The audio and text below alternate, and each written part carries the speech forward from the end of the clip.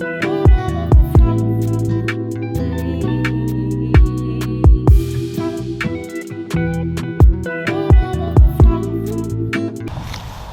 family. So I'm back with another one. Today what I want to do is I wanted to talk to my chosen ones about the statement when the enemy says, I'm just doing my job.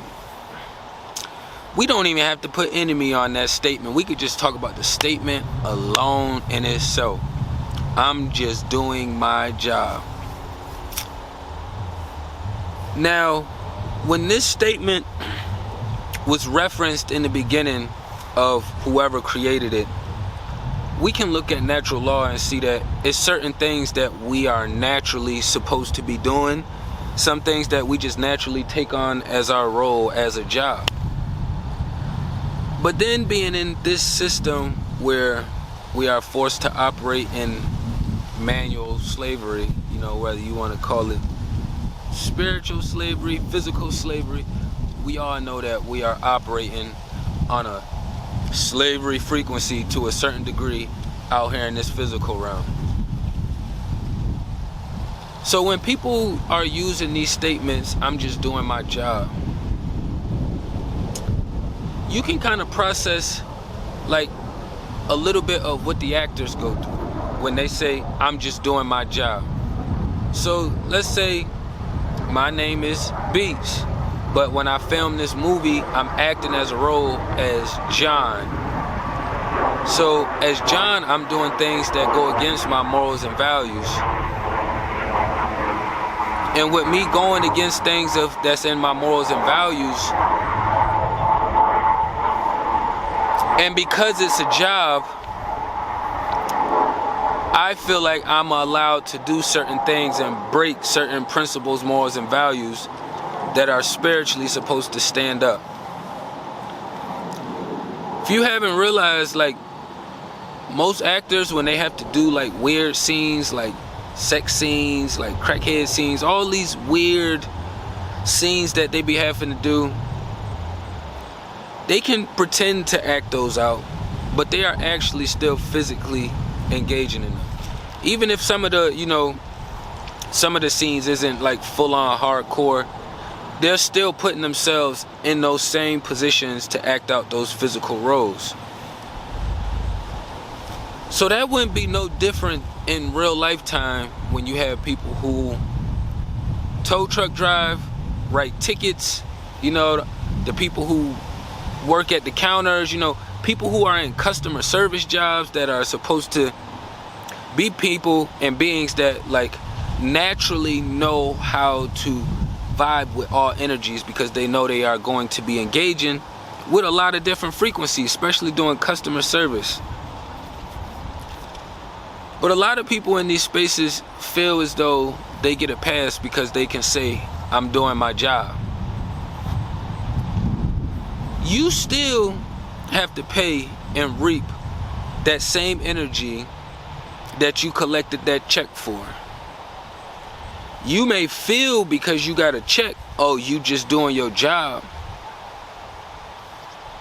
But it's a million jobs we can be working out here that doesn't require you to break certain morals and values.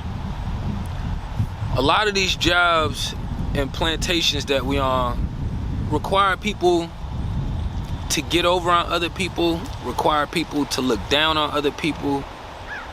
You know, it is such a robotic structure that the people even working these positions don't even realize how robotic and disgusting they are when they are in these fields doing these things.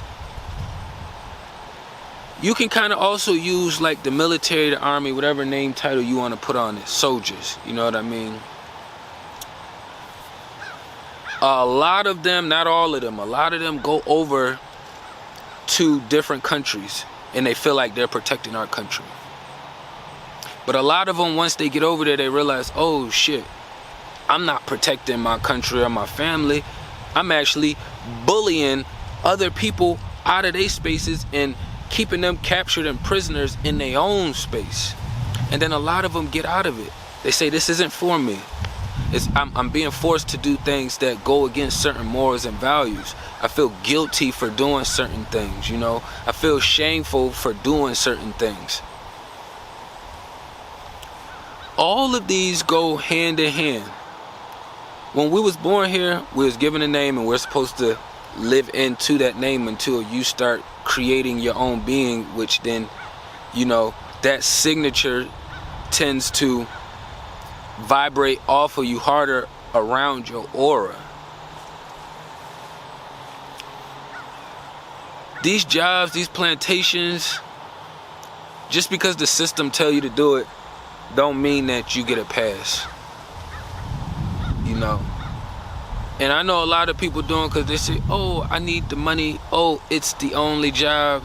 And in my world, oh, that's the only excuse. It's like, you could live an easier job by having your bills paid, but then you break your morals and values, that's putting you backtrack in the spiritual realm, and then where you could actually possibly go to on your next journey when you leave here.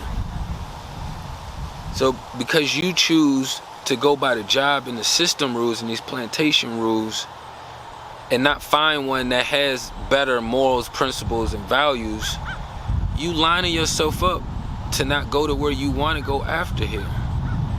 This is a pit stop for us. I know a lot of people say, oh, this isn't real, it isn't real. Everything is on percentage scales.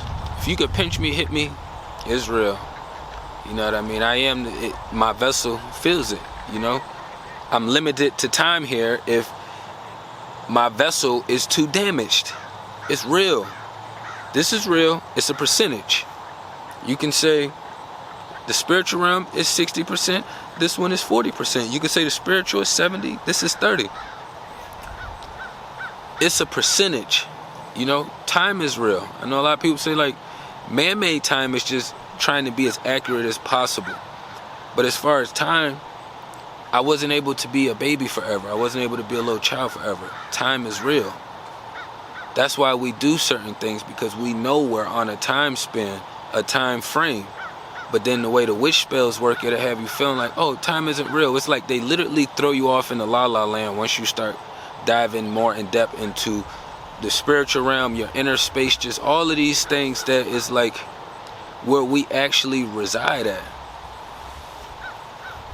So you gotta be mindful of the beings who always or live in that space of, I'm just doing my job. Because I'm just doing my job doesn't mean that they always doing what's righteous, you know. And I know it's people out here that like to get over on people and do all that weird witchy shit. But everybody ain't on that frequency, and you should be in tune enough to where you can read energies to where you can pinpoint that out faster, you know what I mean? Now whether you know which levels they are on, you still would automatically know what playbook they're using. It always comes down to what playbook they're using. You got the righteous playbook, a bunch of different players and spaces over here, then you got that demonic playbook with a bunch of weird, witchy, chaotic, scrambled spaces over there, you know what I mean? So same way, it's a hierarchy in the demonic space. It's a hierarchy in the righteous space as well too. That's why the more you be in these spaces, you realize you start to gain more access to different frequencies, and you also gain more insight and information. This whole realm that we in right now is full of information, and we all passing and sharing information. So just being mindful, like I had to deal with one of these robot zombies motherfuckers at one of these places I had to go by earlier today. And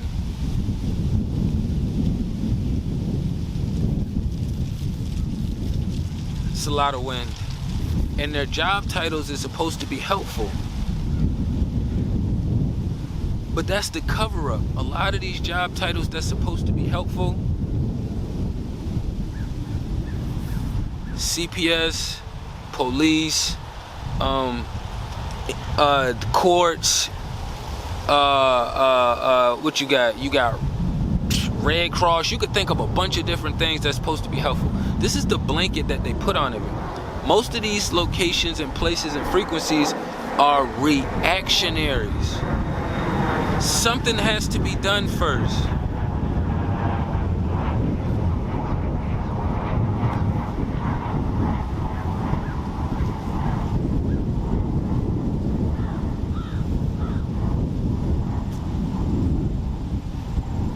It's a sexy trait, I know. But most of these things are reactionary. So understanding that the beings and the locations and spaces that's really going to be helpful and that's really going to stand on some morals and values, you're going to be able to know from the time you walk into their location or their space. You're going to be able to tell as soon as they start opening their mouth to communicate with you. It's not going to be a bunch of hidden signs and signals and symptoms that you got to pay attention to and read in between the lines, you know? Because if it wasn't so much witchcraft out here, then we wouldn't have to work so hard to actually know what's going on. See, you could tell before previously that it was, hey, I like you, I don't like you. It wasn't all this, oh, I kind of like you, I'm going to come stand beside you. Nah, this is why they like to promote that Trojan War. Because it shows how manipulative, you know, the opposition can be in order to, you know, conquer, take over, destroy, any of those kind of words that they want to use to do in that space. You know what I mean? So just be mindful, like just because somebody got a job title, you know, or whether you got the job title, you have to understand, like, if you are the actor and you're acting in a movie, you are still acting that shit out. That is still you. You can go to La La Land and say, oh, it wasn't me, it was, you know, Sally Mae. Nah, if that makes you feel better, cool. But in all actuality, that's you acting that out, you know?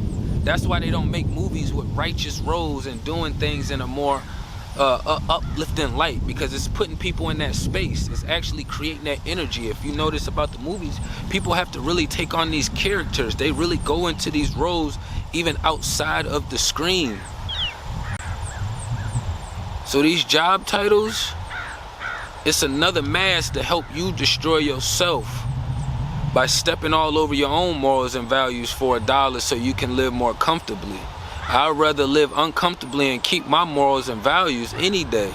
I'm gonna continue to do that too, because we only here for a temporary time, you know what I mean? But I ain't want to run it up too long. Tapping everything down below. Peace and love to the kings and queens.